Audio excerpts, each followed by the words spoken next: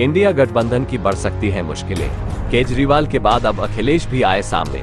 सीटों के बंटवारे पर हो सकती है जंग। तो क्या महज भानुमति का कुनबा बनकर रह जाएगा इंडिया गठबंधन? आखिर सीटों के बंटवारे पर कैसे बनेगी बात?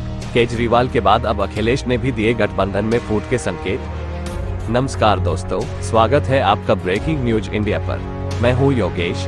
दोस्तों, संसद में विपक्ष के अविश्वास प्रस्ताव पर घमासान के बीच इंडिया गठबंधन को लेकर बड़ी खबर आई है। केजरीवाल के बाद अब सपा के अखिलेश यादव भी सीटों पर अपनी दावेदारी लेकर मैदान में आ गए हैं, जिसके बाद इस नए नवेले गठबंधन में सिर फुटतावल के आसार बनते दिख रहे हैं। तो क्या एकता की बात करने वाला इंडिया गठबंधन खुद ही फूट का शिकार हो जाएगा? चलिए बताते हैं आपको इंडिया गठबंधन की दीवार में दरार की ताजा कहानी। समाजवादी पार्टी के मुखिया अखिलेश यादव इंडिया गठबंधन के जरिए धीरे धीरे अपनी पैठ देश के अन्य राज्यों में भी बनाना चाहते हैं। यही वजह है कि इस बार के लोकसभा चुनाव में सपा यूपी के बाहर भी अपनी पार्टी के उम्मीदवारों को उतारना चाहती है।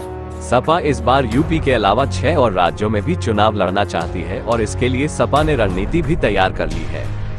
दरअसल पिछले दिनों अलग अलग राज्यों में हुए विधानसभा चुनावों में समाजवादी पार्टी ने कुछ अन्य राज्य में सीटें जीती थी।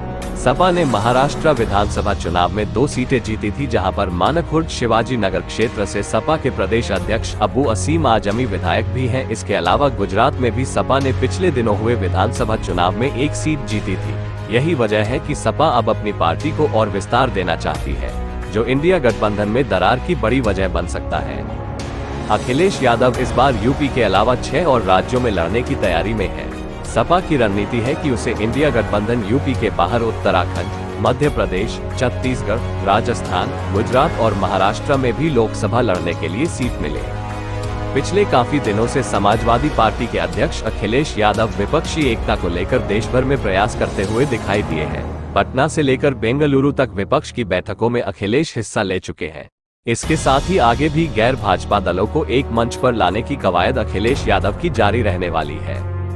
सपा से जुड़े नेताओं का कहना है कि समाजवादी पार्टी जिन जिन राज्यों में अच्छा काम कर रही है, संगठन वहां पर लोकसभा चुनाव लड़ने की डिमांड करेगा। पार्टी अध्यक्ष अखिलेश यादव आगामी विपक्ष की महागठबंधन की बैठक में इस पर बातचीत भी करेंगे। उन्होंने इसको लेकर अपना एजेंडा भी तैयार कर लिया है। अखिलेश यादव ने अपनी बात रखने के लिए अपने वोट बैंक का एक आधार बनाया है कि कहां उनके मानने वाले कितनी फीसदी लोग हैं और अगर वो चुनाव लड़ते हैं तो उन्हें कितना फायदा मिलेगा। आपको बता दें कि इंडिया गठबंधन में उत्तर प्रदेश की बात करें तो सपा को अपनी सीटें मौजूदा स्थिति के हिसाब से कांग्रेस और रालोद के लिए छोड़नी पड़ेगी, जिसके एवज में अखिलेश यादव यूपी के बाहर कुछ सीटों पर चुनाव लड़कर अपनी संख्या